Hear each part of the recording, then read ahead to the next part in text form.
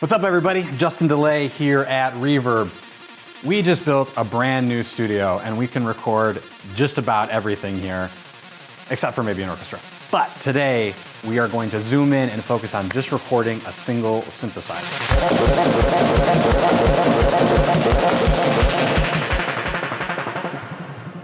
So today we're going to focus on the simplest ways to record synthesizers. So what are we going to need? Well, first you're going to need a synthesizer. Today we have the Korg Minilog, one of the most popular synthesizers on Reverb. We're going to jam on this one today. And then of course you need something to record into. Now these days most folks are using computers to record. You can always pick up an old Tascam 4-track if that's your vibe, but today we're going to focus on recording into a computer.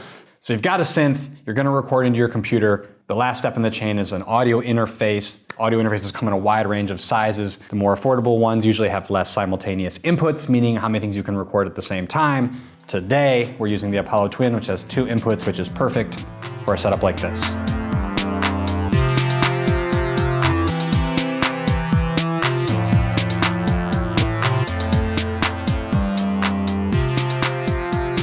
You got your synth, you got your audio interface. The last step is using some recording software on your computer. Today, we're using GarageBand, which is free and pre-installed on Mac computers. So if you're an Apple user, you can just open up GarageBand and follow right along. If you're a Windows user, there's a whole wide range of really affordable options available to you. So the absolute simplest way to record your synthesizer is this. We're gonna take the output from our synth. We're gonna plug a 1/4-inch cable into the output. That cable is gonna come around and we're gonna plug into one of the inputs on our audio interface. One quick note, the output and the headphone output are 2 different things. If you're recording, plug into the output, not the headphone output. Audio comes out of the synth into the audio interface, and then the last connection you have to make is from the audio interface to the computer. Take the Thunderbolt or the USB, if that's what you're using, out from your audio interface into a free input on your computer, and that's it. Okay, so the next step, synth to audio interface to computer, is to open your DAW. We're using GarageBand today, and what we're gonna do is we're gonna go into our music program. Now, if you are just setting everything up for the first time, you may have to, within your DAW, go into the preferences, select your audio interface as your input and output. After you have selected your audio interface, you should be good to go. You should be able to leave that. The last step then is to actually create a track within your music software, assign it to the input that you have your instrument plugged into. In this case, we are plugged into input 1. Input 1 corresponds over here on the computer. We create that track. We give it a name like Korg Minilog. And finally, I'm gonna play back some sound here. It's gonna go into the audio interface, into the computer, and if we're doing everything right, we'll actually see in real time the sound coming in. Awesome. Now, one of the cool things about synthesizers, they put out a pretty hot signal. Sometimes it can be too hot. So if you're playing, and your meter's starting to get up to the top or starting to turn a little red, first thing to do, turn your gain down on your synth a little bit. Here in this case, we got a master volume. Different synths have different volume controls. And what we're really looking for is we're looking for a really consistent green color. Or if this is your meter, and this is the top and this is the bottom, you want your signal to be peaking right about here. If it's too hot, turn it down.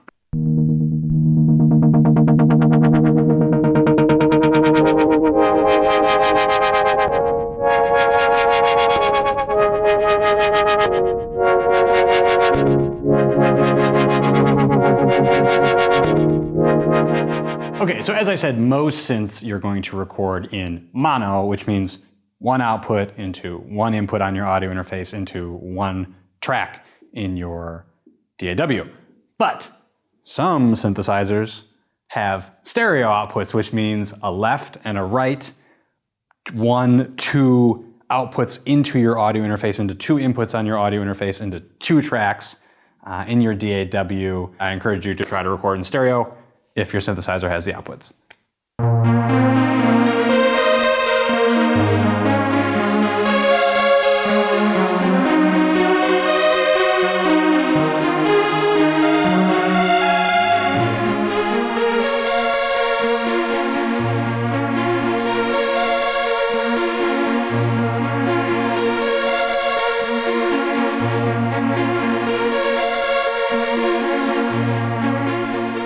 So now that we have the basics, let's have a little more fun here. First, a really fun trick, really affordable, you might even have one of these laying around, is to just take a small format mixer, plug your synth into the mixer, into a free channel, and then take the outputs of your mixer into the inputs of your audio interface. So from synth to the mixer to the audio interface. It's kind of like the mixer pays a little visit to its friend, the mixer. It's kind of like your synth on its way to visit the audio interface, hangs out with its friend, the mixer. Okay. Synth, mixer, audio interface. That's all you need to know. The cool thing about a mixer, and it's going to depend on the mixer you have, the smaller ones usually have a little less features, the bigger ones have more features. But even on this little guy, you can see that it's got a built-in high and low EQ, which essentially then acts as an additional set of filters on your synth. So let's just take a listen to that real quick. Basic sequence, and all I'm gonna do is EQ it a little bit. So first, we can sweep out all the low end, make it sound a little thinner, and we can record that sound. Bring the bass back in, turn the bass way up,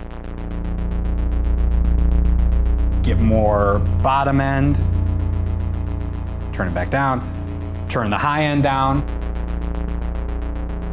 which is almost like having an additional filter. Turn it back up. Of course, your synthesizer is going to have a filter built in.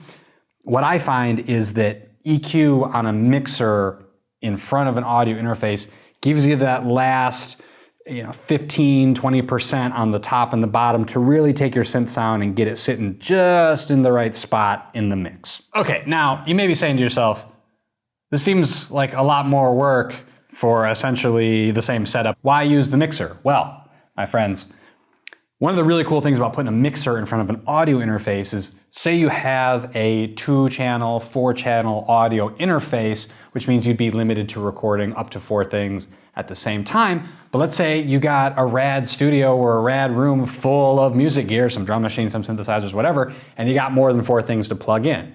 Well, get a bigger mixer. Here's why.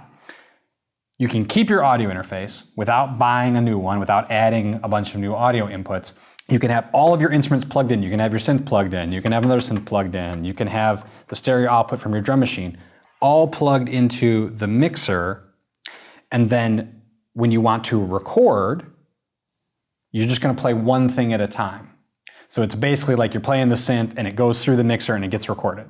And then you go to do another pass and you play your synth bass line and it goes through the mixer and it gets recorded. This is a really cool way to have everything plugged in, everything ready to go, without all of the complexity and expense of a large multi-track audio interface setup. So we've got one synth plugged into the mixer, and when we play it, we can see the signal coming through in the computer. Now, we have a second synth plugged into the second input of the mixer, and if we play it, we can also see in the computer it coming through. Both signals coming into the mixer, going out through the output, into the audio interface, into the computer. You can see here in the computer we've got a track for the Korg mini log. I could play something real quick.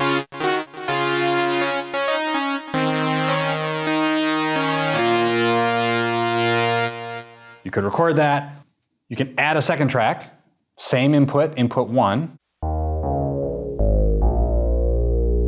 The sound of the Prophet going into the mixer, into the audio interface, into input 1, and coming in through the track. Okay, let's say you come more from the world of guitar and bass and you have some experience with miking a amplifier. Guess what? A really cool thing you can do is you can plug a synthesizer into an amplifier and then record it via a microphone on the speaker, just like you would if you had a guitar plugged straight in. A couple things about this. One, it can sound really, really awesome, because you get all of the tone shaping of your amplifier, some overdrive, some distortion, to further color the sound of your synthesizer. Most amplifiers are designed for the fairly weak signal that a guitar puts in. A synthesizer or a drum machine is going to put out a hotter signal, which means you're probably going to need to bring your gain down on your amp. In my experience, bass amps tend to work a little bit better for synthesizers and drum machines because they have a little bit more of the low end. They're usually a little bit more of a full range signal versus more of the mid-range focus of a guitar. But experimentation is half the fun, so plug that thing into a Blues Junior, plug it into a Mesa Boogie triple rectifier, record everything that comes out, have fun.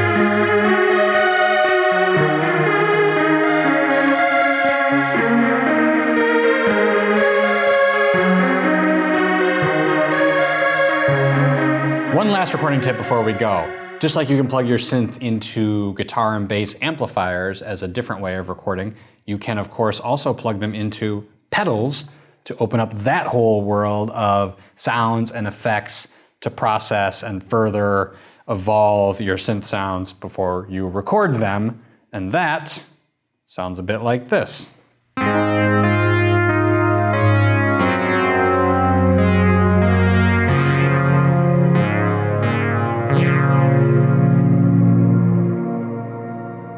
You can hear that wonderful eventide reverb shimmer there. Now, a couple of points about effects pedals. Some effects pedals are better than others when it comes to being able to handle the hotter signal that comes out of a synth.